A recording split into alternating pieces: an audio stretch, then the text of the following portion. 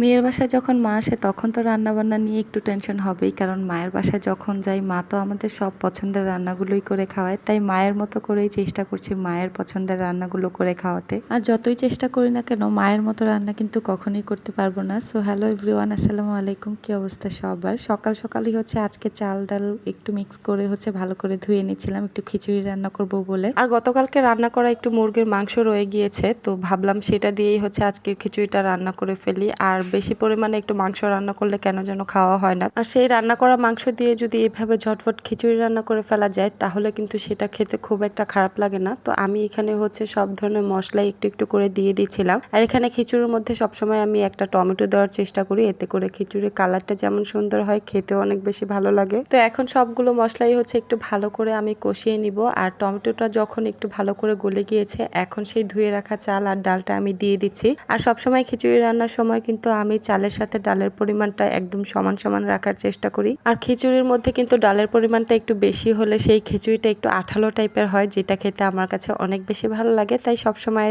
আমি চাল ডাল একদম সম পরিমাণে দিয়ে থাকি। আর চাল ডালটা ভালো করে ভেজে নিয়ে কিন্তু আমি পরিমাণ মতো পানিও দিয়ে দিয়েছি। আর খিচুড়ির পানিটা অনেকটাই টেনে গিয়েছে, এখন হচ্ছে সেই রান্না করা আমি মাংসটা মিক্স করে দিব। আর এইভাবে খিচুড়ির সাথে মাংস অ্যাড করে আমার কখনোই একসাথে রান্না করা হয়নি, তবে খিচুড়ি কিন্তু আমার বাসায় প্রায় সময় রান্না করা হয়, যদিও সেটা একদমই আলাদা আলাদা করে রান্না করি।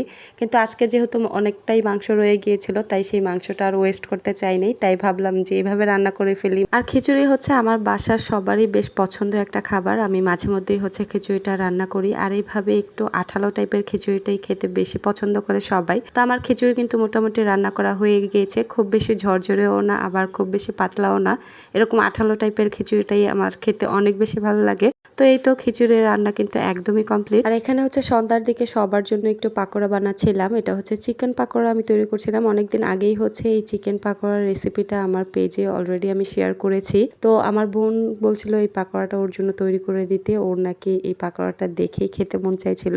তাই সবাই যেহেতু একসাথে খাবো তাই অনেক বেশি পরিমাণেই হচ্ছে তৈরি করছি।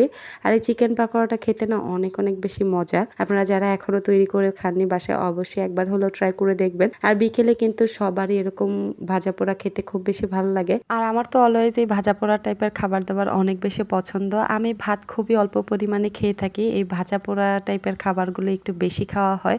তো সবসময় যদিও বাসায় তৈরি করা হয় না, দোকান থেকে হলেও এইসব খাবারগুলো আমি কিনে এনে খেয়ে থাকি। প্রতিদিনই সন্ধ্যার দিকে দেখা যায় আমার এই টাইপের খাবারগুলো একদম খাওয়াই লাগে, না খেলে কেন যেন একদমই ভালো লাগে না। আর সবসময় তো বাইরে থেকে এই টাইপের খাবারগুলো খাওয়া একদমই স্বাস্থ্যকর না, তাই চেষ্টা করি মাঝে মাঝে বাসায় অনেক কিছু বানাতে। আর যখন দেখা যায় কোনো রেসিপি অনেক বেশি পারফেক্ট হয় বা আমার কাছে ভালো লাগে, তো সেই রেসিপিটাই হচ্ছে আপনাদের সাথে আমি শেয়ার করে থাকি। তো এদিকে কিন্তু অলরেডি আমার এক বেচ পাকোড়া ভাজা হয়ে গিয়েছে। তো এই পাকোড়া কিন্তু গরম গরম খেতেই বেশি ভালো লাগে, তাই চুলা থেকে নামিয়েই হচ্ছে রুমের দিকে নিয়ে যাচ্ছি, সবাই একসাথে বসে বসে এখন গরম গরম পাকোড়া খাবো। তো এই ছিল আমার আজকের ভিডিও। কেমন লাগলো আপনাদের কাছে অবশ্যই কমেন্টে জানাবেন। আল্লাহ হাফিজ।